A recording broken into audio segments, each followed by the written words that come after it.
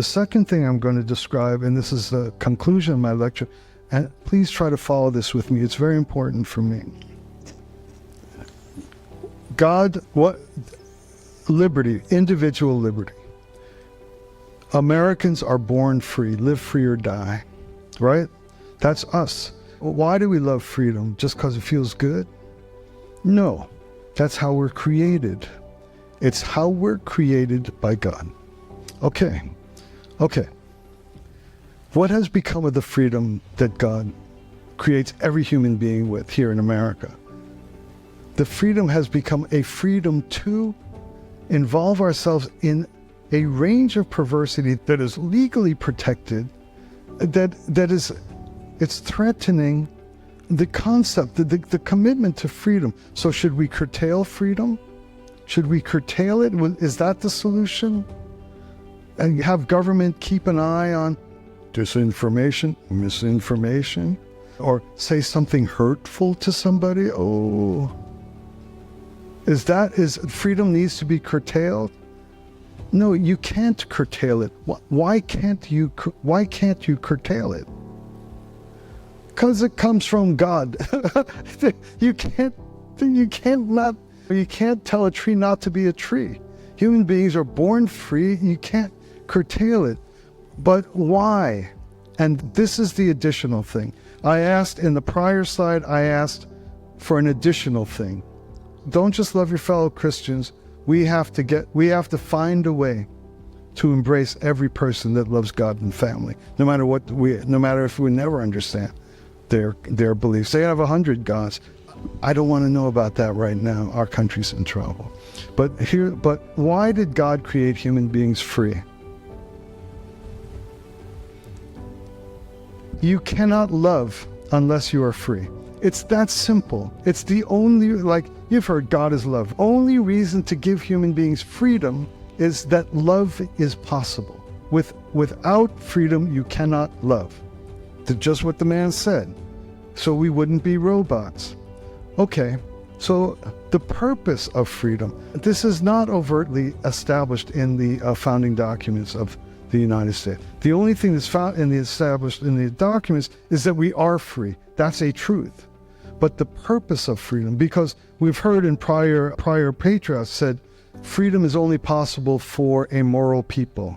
And so when America was founded, it was a moral society. Church was respected. Everybody went to church. People respected their parents and family.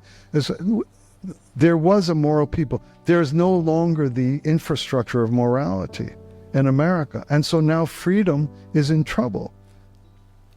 So what I'm asking, in addition to a wider embrace across the capacity for beyond religious boundaries that we already established once, we did it once, and we can do it even more and better and must. The second thing is not just freedom. Why? The purpose of freedom. We as Americans, as the progenitors, as the pioneers of the truth that God created human beings free, need to know why now. We need to know the purpose of it. We can't rely just on the establishment of being a moral people, because we are no longer, free people are not necessarily a moral people. It's just the condition of our country. So we need to go a step further. Why are we created free? So that we can love. Good. Okay, that's good. That's a Hallmark card. Okay, that's a Hallmark card. Okay, but what does love do? What does love cause to happen? Family. Love eventually creates families. That girl with the little ponytail in high school becomes my wife and becomes the mom of my kid. Love does that. It's where it goes. It's what it does. And so this is the second additional step that I want to put forward on this binary twin rail thing that we've been doing all day. We know that God created me. That much I know directly. We know that I'm created sovereign, equal, and free. Sovereign, equal, and free. But why?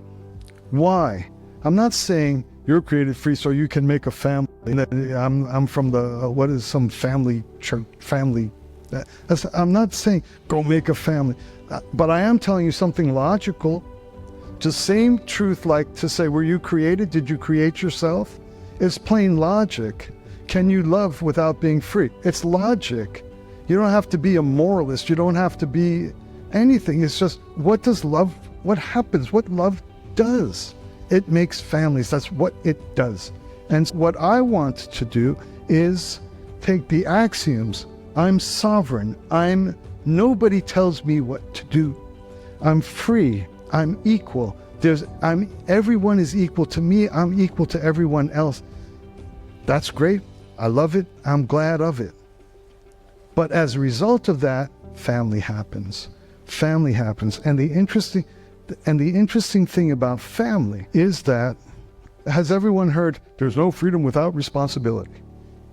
No freedom without responsibility. That's the problem. You got to insist.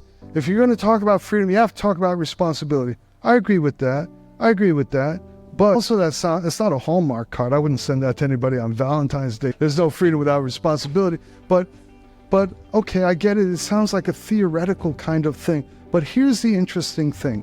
If we live in an age where religion is weak, where it's hard to create moral human beings or something like that, here's the interesting thing about what love does and what family does. And this is going to be, it's a little complicated. I don't want it to look like Foucault's, but I will be happy to try to give a test on this. There's parents. We're free. We got money. Go on vacation. Let's spend our money. Let's enjoy our lives. With children, freedom is met with responsibility. Organically, biologically, naturally, freedom and responsibility happens in every place. Everything that happens in the family is by love. Nobody's telling me what to do. It's not by force. It's not by law. And then children are free. Run around in the park. Jump on the trampoline. Have monkey bars. Have fun. Completely free. But before your parents, you're responsible. The family itself builds in with ease the fundamental conditions of morality. The thing that says only a moral people can be. Freedom is only possible for a moral people. Family does that for you, does that for us. And when children are free, brothers and sisters, free. Do what I want, ride my bike, go play wiffle ball, go play softball out in the field. But if my sister's in trouble or she's failing math or something like that, or my mom can't get her from school, I gotta go get her. So family love, all family love is the built-in, it serves us now in an age where it's hard to rebuild old-fashioned religious structures. Some of us are lucky enough to be in churches. That's good. There's fairly strong Christianity in America, but society is very secular. But in the simple logic, one step beyond what the framers and founders introduced. We were free because we're created by God. What does that, why? Why are you free? Then you're just a common sense guy or lady. Same as, did you create yourself? Same as, why are you free? Can you love without freedom? You can. And the beauty of that is that automatically weaves into human life freedom and responsibility.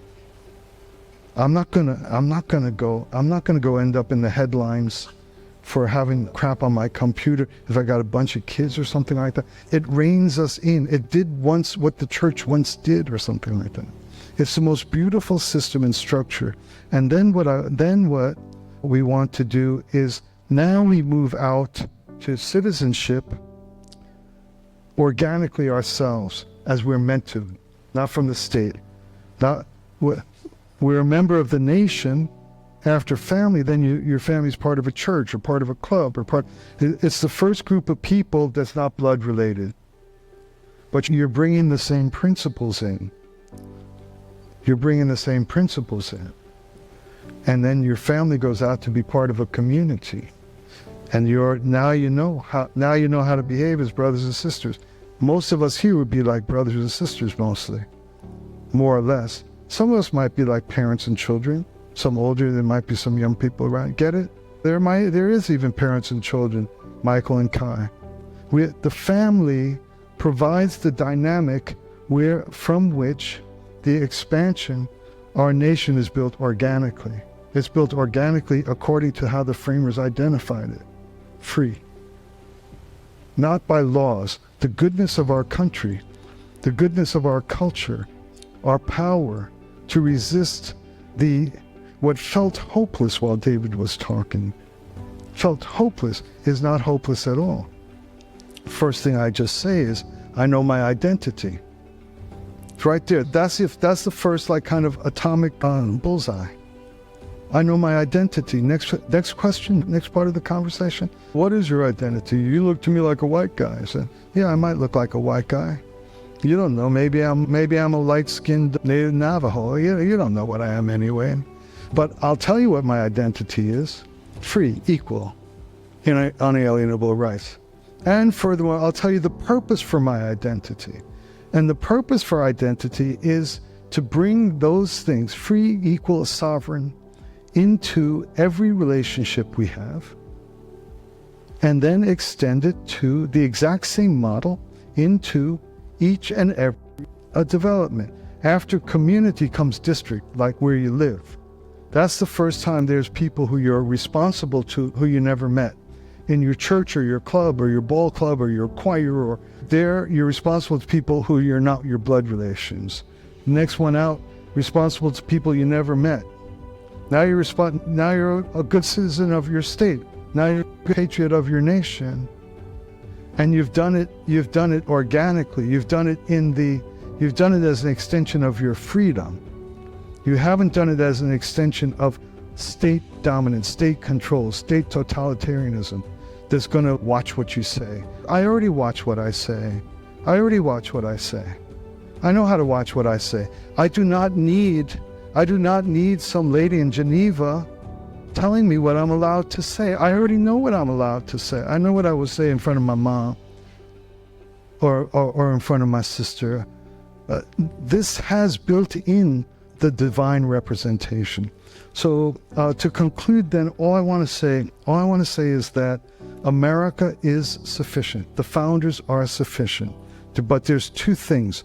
One is a broader dissolving of a boundary, more acceptance of people's faith and religions, and a deeper grasp of the directional purpose of our freedom that comes because we're created by God.